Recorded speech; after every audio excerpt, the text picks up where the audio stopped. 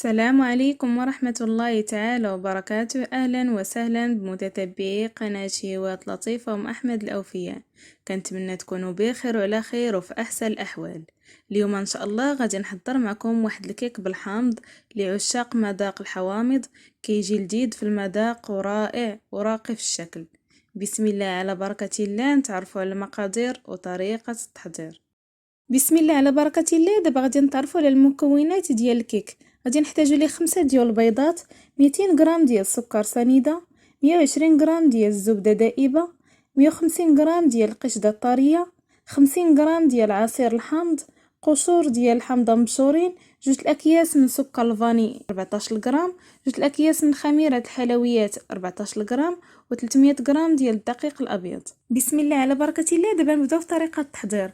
غادي ننزلو اصفر البيض على ابيض البيض. اصفر البيض وضعناه في اناء وابيض البيض وضعناه في اناء. وبالنسبه لسكر الفاني ضفتو على سكر سنيده، وغادي نضيف نصف الكميه ديال سكر سنيده على اصفر البيض، ونصف الكميه الاخرى غادي نضيفها على ابيض البيض. دابا غادي ناخذ الطراب الكهربائي وغادي نبداو نطلعو في داك ابيض البيض وسكر سنيده حتى يبيض ويضاعف في الحجم ديالو ويذوبوا لينا دوك الحبيبات تاع سكر سنيده. بالنسبه للمده تقريبا شي 5 ديال الدقائق حتى يولي عندنا بحال الشكل ديال لاموغانغ.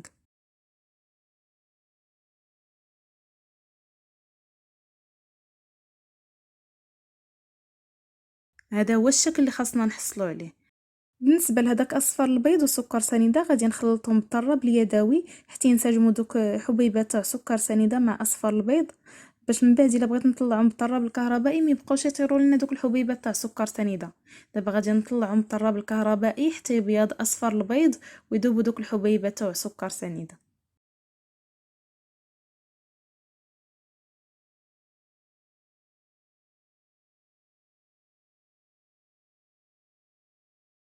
هذا هو الشكل اللي غتحصلوا عليه في الاخير بعد ما كيبيض الاصفر البيض وكيذوبوا دوك الحبيبات تاع سكر سنيده.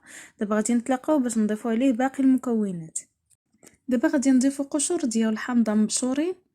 بالنسبه لي انا هنا ما استعملتش الحامض البلدي، استعملت السيترون هو اللي استعملت في هذا الكيك، لا العصير ديالها ولا القشور ديالها، استعملت السيترون. دابا غادي نخلط واحد التخليطه اللي تكون خفيفه حتى ينسجموا قشور الليمون مع اصفر البيض وسكر سنيده. من بعد غادي نضيف عليهم القشده الطريه، 150 غرام ديال القشده الطريه، وغادي نستمر في الخلط.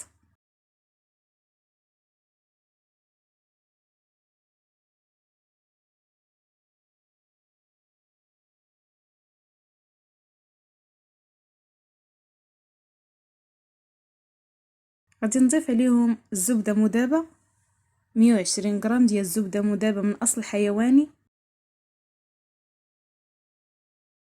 وغادي نخلطهم.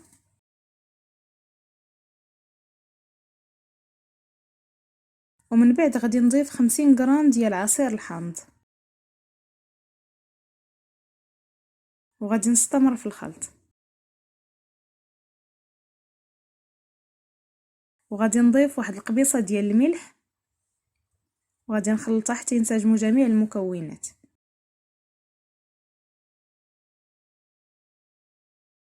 دابا غادي نبداو نضيفو في الدقيق. غادي نضيف الدفعه الاولى ديال الدقيق. بالنسبه للدقيق غادي نضيفو تدريجيا.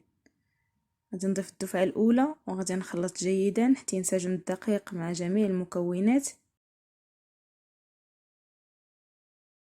ومن بعد غادي نضيف الدفعه الثانيه وغادي نضيف عليها 2 الاكياس ديال خميره الحلويات، يعني عندنا 14 غرام، وغادي نخلط جيدا.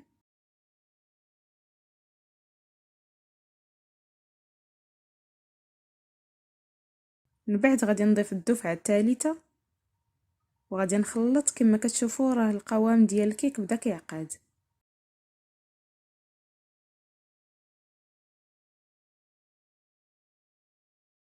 نضيف الدفعه الرابعه ونستمر في الخلط.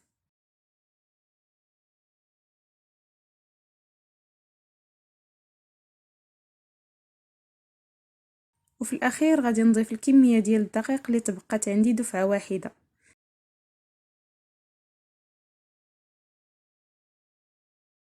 بالنسبه للدقيق هنا عندي 300 غرام ديال الدقيق. غادي نضيفها وغادي نخلط جيدا، وغادي نتلاقاو في المرحله المواليه ان شاء الله. كيف ما كتشوفوا معايا القوام ديال الكيك راه ولا عاقد. دابا غادي نطلقوه بداك ابيض البيض اللي طلعنا. غادي نضيف واحد الكميه من ابيض البيض وغادي نبدا نخلط من الاسفل للاعلى باش ما يهبطش لينا ابيض البيض اللي طلعنا كما كتشوفوا معايا في الصوره. غادي نضيف كميه بكميه، غادي نضيفه تدريجيا وغادي نخلط من الاسفل للاعلى.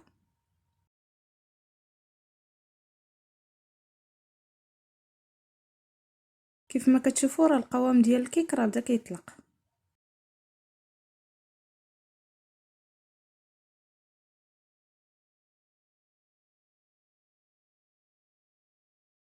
انا غادي نستمر بهذه الطريقه حتى نسالي الكميه ديال البيض اللي عندي ونتلاقى معكم ان شاء الله. بالنسبه للمول اللي غادي نحضر فيه الكيك ديالي غادي نستعمل انا هذا المول. ممكن انكم تستعملوا اي مول متوفر عندكم، ماشي بالضروره انكم تستعملوا هذا. انا غادي ندهنه بالزبده ورشو بالدقيق ونرجع لكم ان شاء الله. بعد ما دهنت المول بالزبده ورشيته بالدقيق، دابا غادي نوضع فيه الكيك. كما كتشوفوا راه القوام ديالها ولا خفيف. بالنسبه للفرن انا راه شعلته كيسخن. غادي ندخل الكيك وغادي نقص الفرن على عافيه تكون مهيله. بالنسبه للكيك بعد ما طاب وخرجته من الفرن كما كتشوفوا معايا راه كتجي خفيفه ورطبه. خدات معايا ساعه و30 دقيقه بالنسبه للوقت. دابا غادي نخليها جانبا وغادي نتلاقاو باش نحضروا السيرو باش غادي نسقيوها ان شاء الله. بالنسبه للسيرو باش غادي نسقيو الكيك غادي نحتاجو ليه 90 غرام ديال السكر سنيده، 100 غرام ديال عصير ديال الحامض، و50 غرام ديال الماء. خديت واحد الكاسرونه وضعت فيها سكر سنيده، غادي نضيف عليه عصير ديال الحامض وغادي نضيف عليه الماء وغادي نوضعها فوق النار. كيف ما كتشوفوا معايا السيرو راه بدا كيغلى. منين يبدا كيغلى غادي نحسبوا ليه 5 ديال الدقائق ومن بعد نطفيو عليه النار. بعد ما دوز هذاك السيرو واحد 5 ديال الدقائق فوق النار.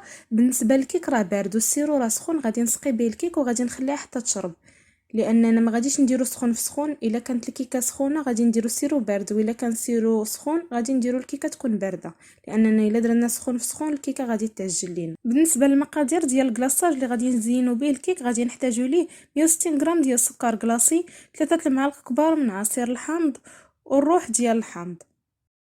خديت واحد الاناء غادي نوضع فيه 3 الملاعق كبار مملوئين بعصير ديال الحامض، وغادي نبدا نضيف عليه السكر كلاصي ونخلط او السكر الثقيل وغادي نخلط جيدا. بالنسبه للسكر الثقيل راه نخناه باش ما يكونوش فيه دوك الحبيبات حتى نكمل هذيك 160 غرام كلها. كيف ما كتشوفوا معايا هذا هو القوام ديالو اللي غادي يكون. غادي نحصل على واحد القوام اللي عاقد شيئا ما. دابا غادي نضيف راس ملعقه ديال لاغوم ديال الحامض وغادي نخلط جيدا. غادي تعطينا اللون وغادي تعطينا حتى النكهه. هذا هو الكلاصاج اللي غادي نزين به الكيك ان شاء الله. دابا غادي نحضر واحد العصير اللي غادي نرافق به الكيك. غادي نحتاج ليه 3 ديال السيترونات مقشرين ومحيده لهم القشره البيضاء ومحيد لهم العلف مقطعين دوائر، وجوج ديال الليمونات حتى هما مقشرين ومحيده لهم القشره البيضاء ومحيد لهم العلف ديالهم. غادي نحتاج جوج ديال الموزات مقطعين ونصف لتر ديال الماء. خديت الكأس ديال الخلاط الكهربائي وضعت فيه دوائر ديال السيترون والدوائر ديال الليمون وضفت عليهم الماء. بالنسبه لي انا هنا ما ضفتش نصف لتر ديال الماء، المهم بقى لي منه تقريبا واحد نصف كأس. غادي نطحنه جيدا وغادي نتلاقى معكم باش نصفيه ان شاء الله. بالنسبه لي انا هنا غادي نصفيه من هذوك البقايا ديال القشور ديالو. من بعد غادي نرجعوا الخلاط الكهربائي وغادي نضيف عليه جوج موزات مقطعين وغادي نضيف عليه 3 ملاعق كبار من السكر سنيده. بالنسبه للسكر سنيده على حسب الذوق، او ممكن تعويضهم بالعسل، واللي ما توفرش ليه الموز ممكن انه يعوضوه بياغورت بنكهه الموز. غادي نطحنه جيدا وغادي نتلاقى معكم ان شاء الله. هذا هو الشكل ديال العصير اللي حضرت معكم اليوم. راه كيجي خاتر ومنعش ولذيذ، كنتمنى انكم تحضروه. حضرنا بالسيترون اللي كان الاساس ديال هذه الوصفه، لا في الكيك ولا في العصير. وبالنسبه للسيترون راه متوفر في هذا الوقت وباثمنه جد مناسبه. بالنسبه لهذا الكيك بعد ما ديموليتو راه كيتزين مقلوب. غادي نزينو بهذاك الكلاصاج اللي حضرت معكم وغادي نملأ هذوك الفراغات. وبالنسبه للجوانب غادي ننزل فيهم بحال الشكل ديال الدمعه. انا غادي نستمر بهذه الطريقه وغادي نتلاقى معكم ان شاء الله في الشكل النهائي. هذا هو الشكل الاخير تاع الكيك اللي حضرنا اليوم بالسيترون بمقادير بسيطه ومتوفره في كل بيت وفي متناول الجميع. وكتحصلي في الاخير على كيك لذيذ ورائع وراقي في الشكل. زينتها بالكلاصاج وقشور السيترون مبشورين، رافقتها مع العصير اللي حضرنا بالسيترون والليمون والموز، كيجي لذيذ ومنعش وصحي. كنتمنى انكم تجربوهم.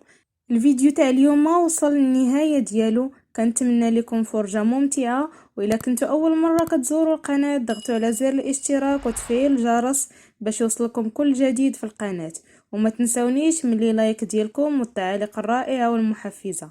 الى فيديو مقبل ان شاء الله. دمتم في امان الله وحفظه، والسلام عليكم ورحمة الله تعالى وبركاته.